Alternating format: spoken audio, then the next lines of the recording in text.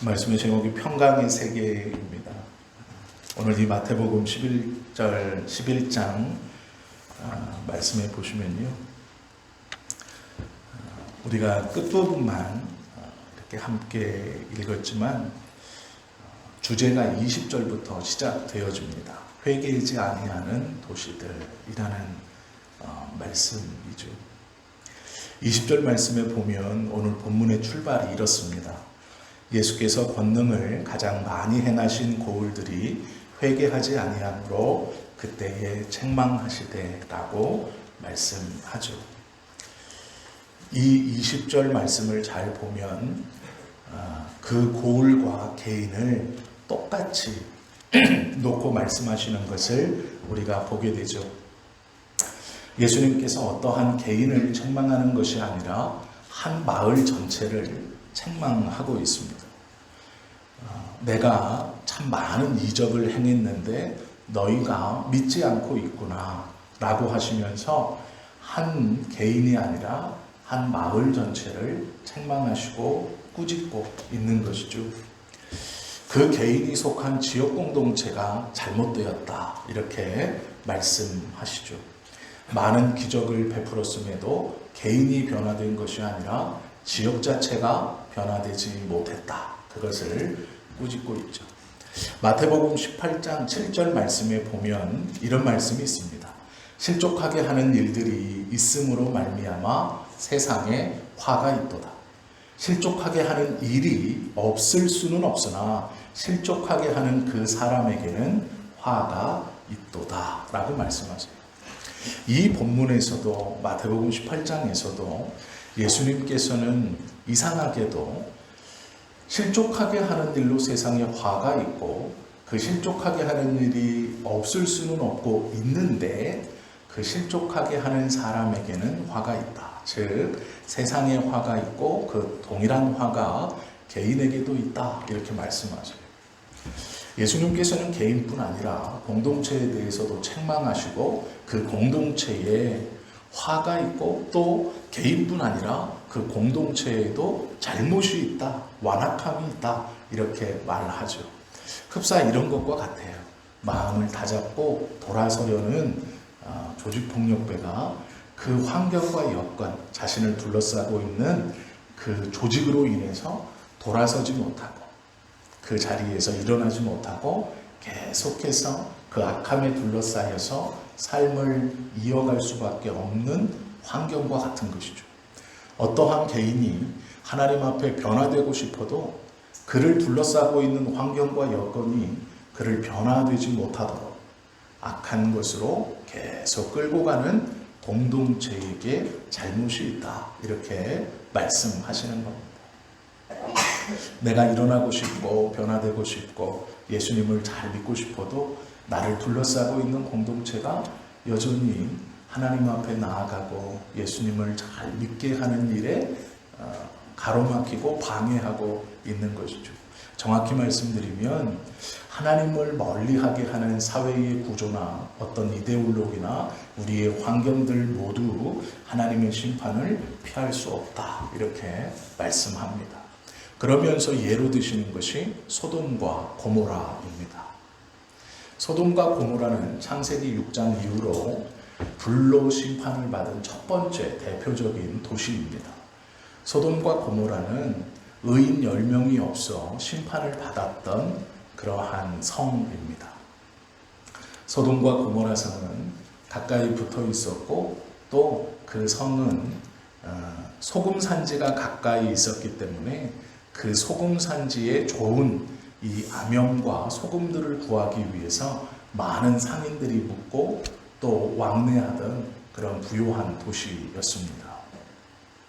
그 부요한 도시에 사람들이 몰리고 그것을 통해서 많은 부를 쌓았고 그것뿐 아니라 그 안에 하나님께서 가증하게 여기시는 여러 죄악들이 등장하고 있죠. 대표적인 것이 동성애 문제입니다. 남색하는 자가 그 안에 있었고 이것들을 탐하고 취하는 자가 그 안에 있었다라고 말하죠.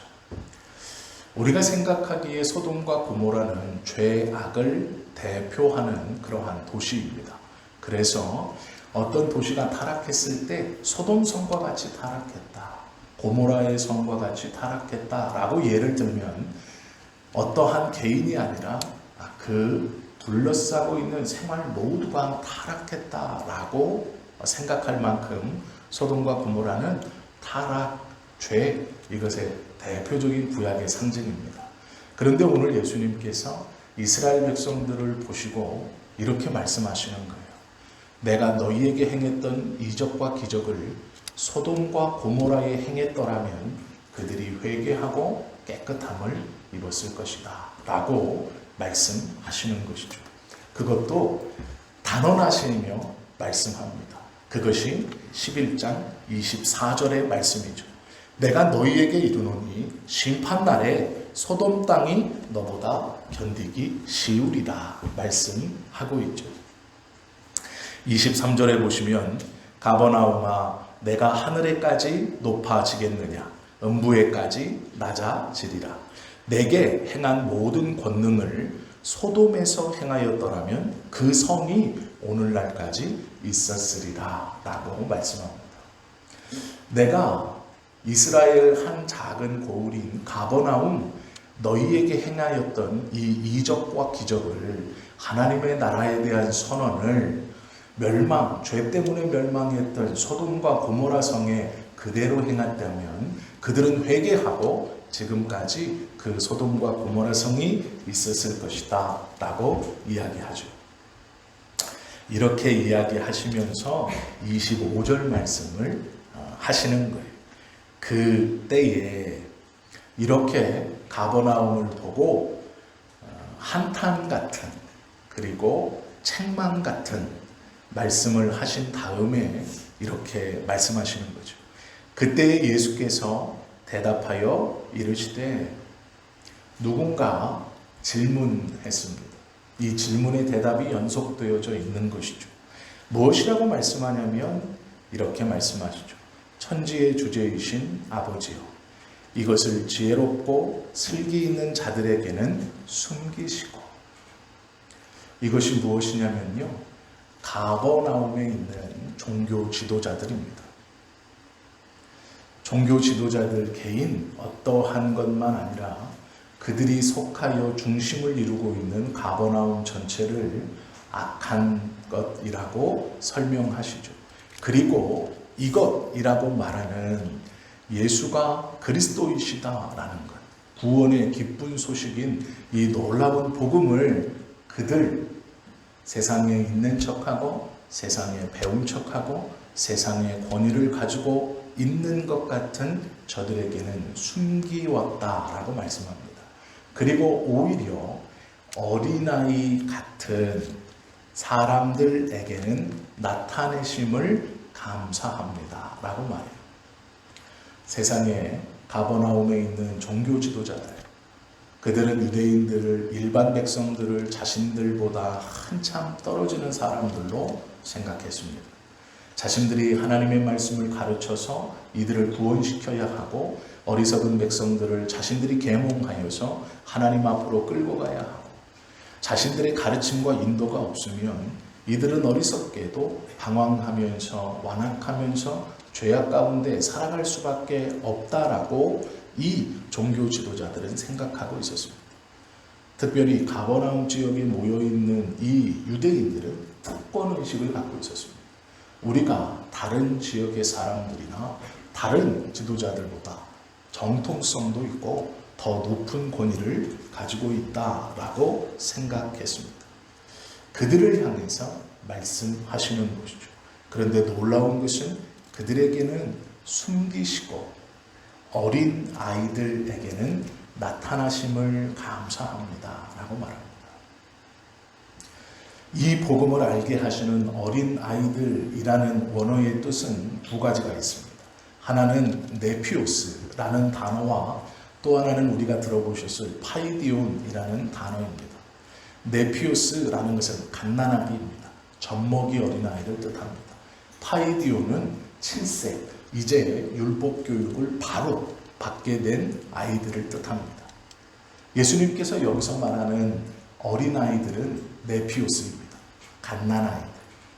부모의 젖을 물지 않고는 살아갈 수 없는 아이들, 부모의 안음과 돌봄과 보듬이 없이는 생존할 수 없는 아이들, 이 아이들이 어린아이들이라고 표현되어져 있는 네피오스입니다. 예수님께서 하나님 앞에 뭐라고 기도하냐면 이 갓난아이들에게 복음을 알게 하시니 감사합니다, 이렇게 말씀하고 있는 것이죠. 예수님께서는 이것을 하나님의 지혜 이렇게 표현하고 있습니다. 배웠고 율법을 알고 하나님 앞에 나아가 어떻게 제사하는지 그 방식과 형식을 깨닫고 자신들 스스로 평생 하나님의 말씀인 율법을 지켰다고 믿고 있는 저들에게는 숨기시고, 갓난아이와 같이 부모의 보살핌과 보듬음과 전물림이 없으면 살아갈 수 없는 네피오스 같은 갓난아이들에게는 이 복음의 비밀을 알게 하신 것이 하나님의 지혜이고 뜻입니다, 이렇게 말하면서 감사합니다 라고 말하죠. 26절에 보시면 올소이다 이렇게 된 것이 아버지의 뜻입니다 라고 말합니다. 우리가 우리의 입술로 하나님을 잘 믿겠습니다, 내가 오늘부터 새로운 결심을 하고 하나님께 나아갑니다, 하나님을 붙들겠습니다 라고 결심할 수 있습니다. 어느 날 기도하면서 하나님, 내가 이제 다시 주님의 뜻에 순종하겠습니다, 오늘부터는 새로운 각오와 결단으로 하나님을 잘 섬기겠습니다, 내 부모의 전도를 받아, 내 친구의 전도를 받아, 아니면 내 이웃, 내 형제의 인도를 받아 하나님을 믿게 되었습니다라고 고백하는 그 고백이 정확히는 마태복음 11장 27절의 말씀인 것이죠. 내 아버지께서 내게 모든 것을 내게 주셨으니 아버지 외에는 아들을 아는 자가 없고 아들과 또 아들의 소원대로 계시를 받은 자 외에는 아버지를 아는 자가 없느니라. 요한복음 6장 37절 말씀에 보면 아버지께서 내게 주시는 자는 다 내게로 올 것이요 내게 오는 자는 내가 결코 내쫓지 아니하리라 말씀하고 있습니다. 하나님을 믿는다는 것, 이 복음을 깨달았다는 것, 예수님을 구세주로 붙들고 있다는 것은 예수님께서 아버지에게 요청하신 것, 우리의 영혼 한 사람 한 사람을 예수님이 친히 성부에게 나에게 주십시오. 나의 것입니다. 나의 사람이고 내 백성이고 나의 형제입니다 라고 요청하셨다고 말합니다. 내가 친히 아버지께 간구하여 받았고 아버지는 예수님의 간구에 기쁘게 화답하면서 예수님께서 간구하신 우리 모두를 예수님 앞에 돌아오게 하시고 예수님은 그 아버지께서 허락하신 한 영혼도 외면치 않고 돌려보내지 않고 모두 다 기쁨으로 붙들고 계시다라는 것이죠. 나의 의지와 우리의 결심으로 예수님을 믿는 것이 아닙니다. 사람의 어떠한 힘과 능력으로 예수님을 붙들고 예배하는 것이 아닙니다. 예수님께서 기뻐하시는 선택에 따라 하나님께서 그 예수님의 말씀에 기쁨으로 또한 응답하시어 우리가 예수님을 그리스도로 붙들고 있는 것이죠. 우리의 의지와 지성조차도 결국 하나님께서 허락하셨기에 주님의 말씀을 깨달아갈 수 있고 그 예수님을 우리의 구세주로 믿고 나아갈 수 있는 것이죠. 예수님을 하나님의 아들이고 우리의 구세주로 믿는다는 것은 하나님의 은혜입니다. 누구의 힘도 아니고 누구의 능도 아니고 오직 하나님의 은혜이죠. 예수님께서 기뻐하시는 선택으로 하나님 앞에 요청하여 성부께 요청하여 받은 우리들에게 이렇게 말씀하십니다. 그것이 28절의 말씀이죠. 수고하고 무거운 짐진 자들아 다 내게로 오라. 내가 너희를 쉬게 하리라 라고 말씀합니다. 이 헬라어 문법에 수고하고는 능동태입니다. 이게 중요한 것인데요. 수고하고 라고라는 것은 스스로 붙들고 있는 짐입니다. 나의 마음속 내면에서 내가 스스로 붙들고 있는 수고로움입니다. 즉 내가 나에게 묶어놓은 것입니다. 어떤 일에 대한 죄책감일 수 있습니다. 어떤 것에 대한 가책일 수도 있습니다. 또 그렇지 않으면 미처 깨닫지 못하고 있는 나의 삶을 꽉 내 스스로 억누르고 있는 무엇일지도 모릅니다. 이 수고로움은 능동태, 스스로 자기가 자기에게 꽉 붙들리고 묶어놓고 힘들다, 고통스럽다, 아프다 하는 것입니다. 어떤 것인지 저는 잘 모르지만 저에게 있는 수고로움은 알 수 있지만 우리 성도님들에게 어떤 수고로움이 있는지는 저는 잘 모릅니다. 그러나 내 스스로 내 안에서 나의 심령과 내 영혼에 꽉 붙들어 놓은 것이 이 수고로움의 능동태 표현입니다. 그 뒤에 나오는 무거운 짐은 수동태입니다. 남이 나에게 지은 것, 자녀가 나에게 지은 것, 남편이 나에게 지은 것, 아내가 나한테 지은 것, 친구가 나한테 지은 것, 형제들이, 부모가, 어쩌면 교회 공동체가, 목회자가, 내가 아닌 남이, 내가 스스로 나를 묶어 억누르는 게 아니고 남이 나에게 강제로 올려놓은 짐이 뒤에 나오는 무거운 짐입니다. 그래서 이것이 수동태로 되어 있습니다. 앞에 있는 것은 능동태로 되어 있어 내 스스로 붙들고 내 스스로 묶어놓은 짐을 말하고, 뒤에 있는 것은 수동태로 남이 나에게 지어놓은 것입니다. 내가 나를 묶고 남이 나에게 얹어놓은 그 무거운 것을 가지고 있다. 이것이 현재 분사의 단어입니다. 지금도 지고 있다라는 뜻입니다. 내가 스스로 지은 것, 남이 올려놓은 것, 이것을 지금도 가지고 있다. 이 짐을 진 자는 어떻게 해야 하는가? 무엇을 입을까, 먹을까, 마실까? 제한되어져 있는 부와 권력을 어떻게 하면 남보다 더 많이 가질 수 있을까? 내 속에 있는 풀어지지 않는 이 응어리를 어떻게 하면 해결할 수 있을까? 평생의 짐 갖고 내 앞길을 막고 있는 것 같은 저 문제들을 어떻게 해결할 수 있을까? 그것들을 짚고 고민하고 힘들어하고 절망하고 좌절할 때 예수님은 내가 오라라고 말씀합니다. 나에게 오라.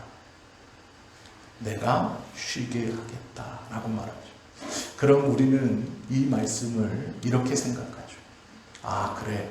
예수님께 나아가서 이 짐을 다 내려놓고 내 마음의 응어리도 예수님께 고백하고 남이 나에게 지어놓은 짐도 예수님 앞에 다 내려놓고 십자가의 은혜 앞에 그것들을 내려놓고 예수님 아래 눈물로 고백하고 하나님 이것에서 자유롭게 해주십시오. 하나님 이 무거운 짐을 더 이상 지고 갈 수 없으니 이것을 주님이 받아주십시오. 맞습니다. 죄짐을 지고 가기 곤하거든 예수님을 기억하고 그분 앞에 고백하며 내려놓는 것이죠. 쉼입니다. 그런데 문제는 성경에서 말씀하시는 진정한 쉼은 그것만이 끝이 아닙니다. 묶은 것을 풀고 내려놓고 고백하고 기도하면서 눈물로 하나님 앞에 고백하고 그것들에 대한 무거움을 주님 앞에 내려놓았을 때 우리 예수님께서는 쉼을 주실 겁니다. 그러나 하나가 더 있죠. 오늘 예수님이 말씀하시는 나에게 오라라고 해서 쉬게 하리라로 끝났으면 이 첫 번째 우리가 생각하는 쉼이 예수님 앞에 누리는 쉼이라고 생각해도 무방합니다. 그러나 그렇지 않습니다. 이 말씀이 여기서 끝나는 게 아닙니다. 주님 앞에 고백하고 눈물로 그것을 기도하고 이제 주님께 고백했으니 예수님이 해결해 주시겠지. 여기서 끝나는 것이 우리가 원하는 쉼이죠. 그리고 그것을 가르치고 그것을 배워서 어떠한 무거움이 있을 때 예수님의 이름으로 하나님 앞에 간절히 고백하기도 합니다. 잘못됐다는 게 아니에요. 그것은 유익한 것이고 예수님의 은혜 중 하나입니다. 그러나 그것이 끝이 아니라고 말씀하죠. 그것이 끝이라면 그 쉼 이후에는 방종이 기다리고 있고 그 쉼으로 말미암아 얻은 자유로움으로 세상의 죄악을 누리는데 열심하게 되어 있습니다. 우리는 그러한 사람들을 종종 봅니다. 적당한 얘기일지 모르지만 죄를 짓고 감옥에 가서 그 감옥 안에서 예수 그리스도를 구세주로 붙들고 자신의 잘못을 회개하고 무거운 짐들을 주님 앞에 고백하며 다 내려놓고 감옥에서 나올 때 그는 고백합니다. 내가 주님을 만났고 이제 모든 것이 깨끗하게 되었고 나는 주님 안에서 자유로워졌습니다. 물론 100% 똑같은 예는 아니지만 그렇게 쉼을 얻고 회복된 그 삶이 어떻게 되는지 우리는 보죠. 다시 타락하고 옛날 그 자신이 스스로 자신을 올가매였던 그 죄와 그 아픔과 그 어려움에 다시 들어가는 것을 우리는 보게 됩니다. 예수님께서 말씀하시는 진정한 쉼이 있습니다. 예수님의 세계에 이 예수님께서 우리에게 베풀어 주시는 진정한 쉼은 그렇게 다 내려놓고 쉬는 게 아니죠. 그렇게 해서 끝나는 게 아니죠. 그 뒤에 말씀이 있죠.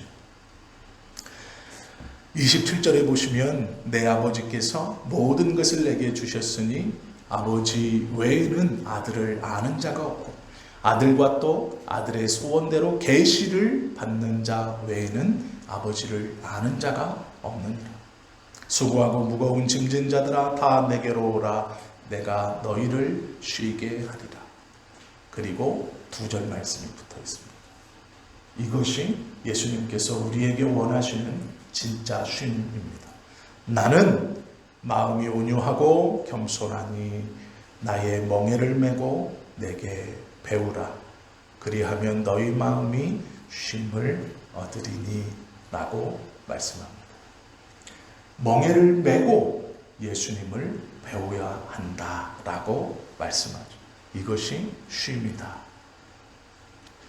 이는 내 멍에는 쉽고 내 짐은 가벼움이라 말씀하십니다.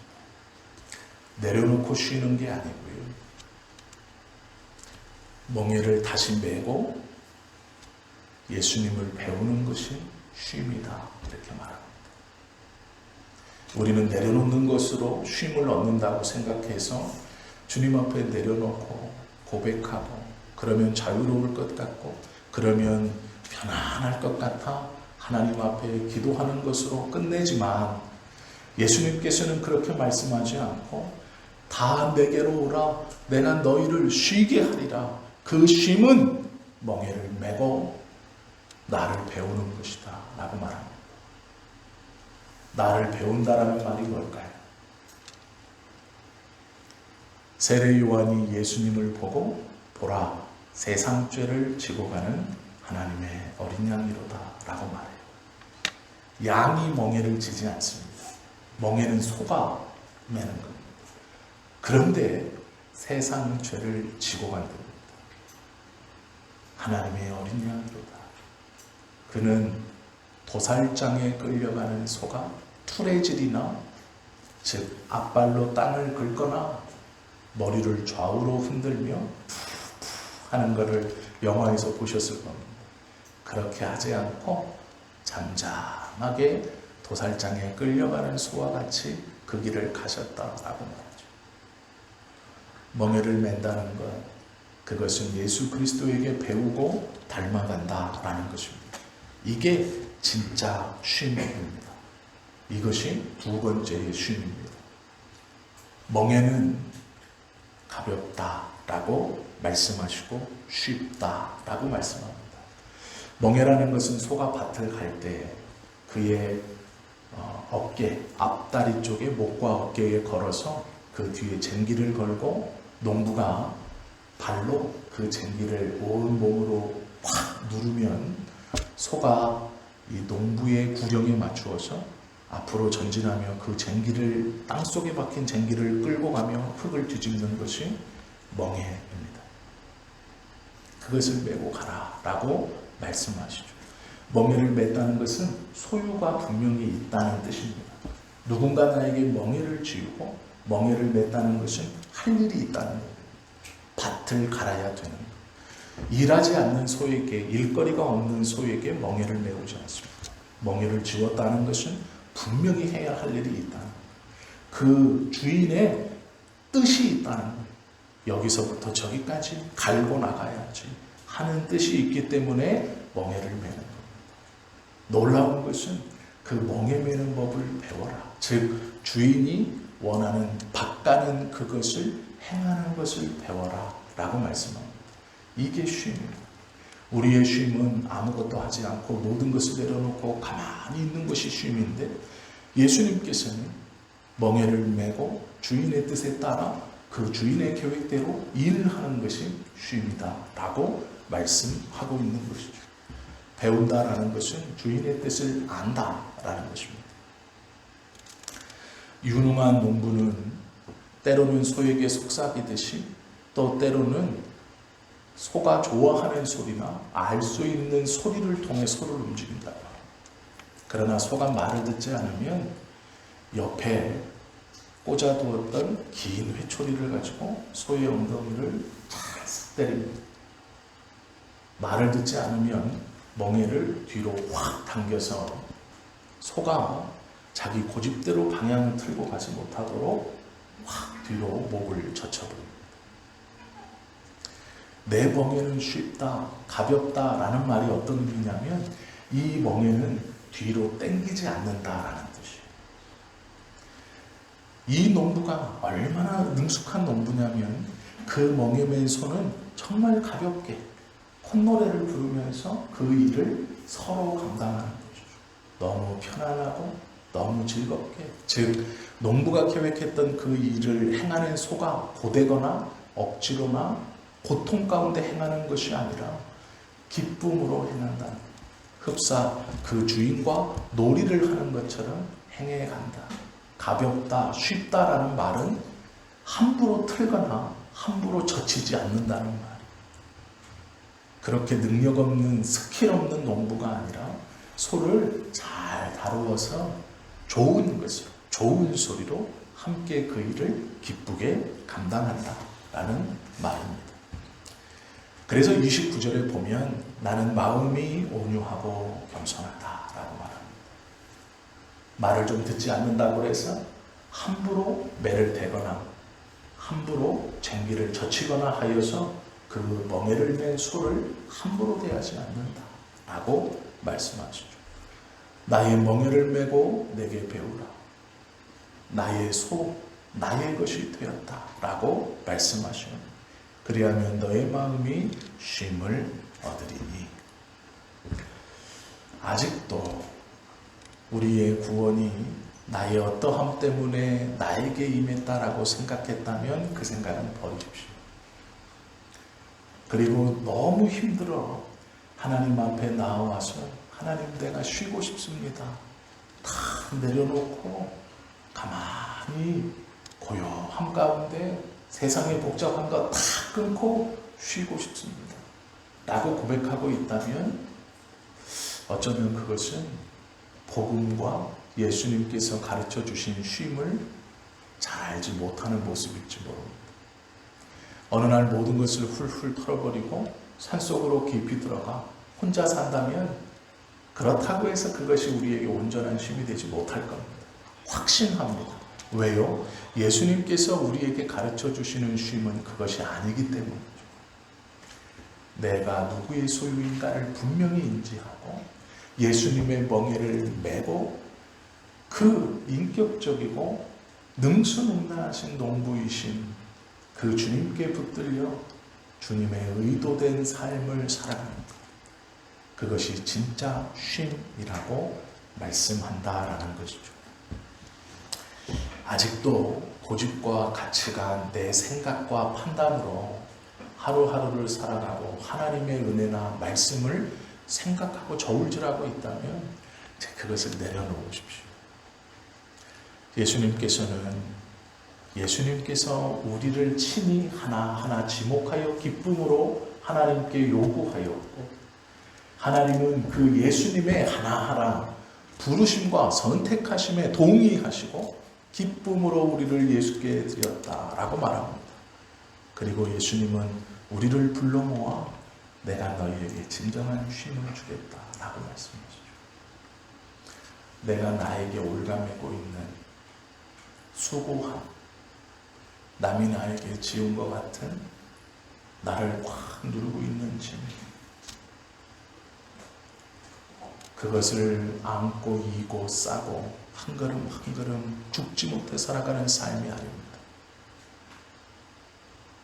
예수님의 멍에를 메고 그 주님과 함께 주님의 인도함대로 우리에게 맡겨주시고 우리에게 담당하게 하시고 우리로 붙들어가게 하시는 가정과 삶의 터전과 자녀들, 육신의 부모들, 형제들, 또 교회를 그렇게 쟁기질해가며 주님과 함께 동행하는 것, 그것이 진짜 쉼이다. 너의 마음이 쉼을 얻을 것이다. 너의 영혼이 쉼을 얻을 것이다 라고 말씀하고 있다라는 것이죠. 사도행전 26장 14절 말씀 보면 바울이 다메섹에서 그리스도를 만납니다. 바울은 의롭다고 생각했습니다. 내가 바리새인 중에 바리새인이요 율법으로는 흠이 없는 자다. 그는 자신했습니다. 그러기에 대제사장에게 가서 내가 저 하나님을 모독하는 기독교인들을 잡아 이곳으로 압송할 수 있는 권한을 달라는 문서를 가지고 의기양양하게 기독교인들을 잡아 끌고 오기 위해서 가고 있었습니다. 그때 다메섹에서 예수님의 음성을 듣고 땅바닥에 바짝 엎드렸을 때 예수님이 이렇게 말하죠. 우리가 다 땅에 엎드러짐에 내가 소리를 들으니 히브리 말로 이르되 사울아 사울아. 히브리 말로 이르되라는 말은 사울이 이 바울의 히브리 이름입니다. 바울은 로마식 이름입니다. 그래서 히브리 말로 이르되 그러면 바울아 바울아 하면 안 되는 거예요. 히브리 말은 사울입니다. 히브리 말로 이르되 사울아 사울아 내가 어찌하여 나를 박해하느냐. 가시체를 뒷발질하기가 내게 고생이니라. 예수님께서 이 바울에게 뭐라고 말씀하시냐면 왜 나를 핍박하느냐.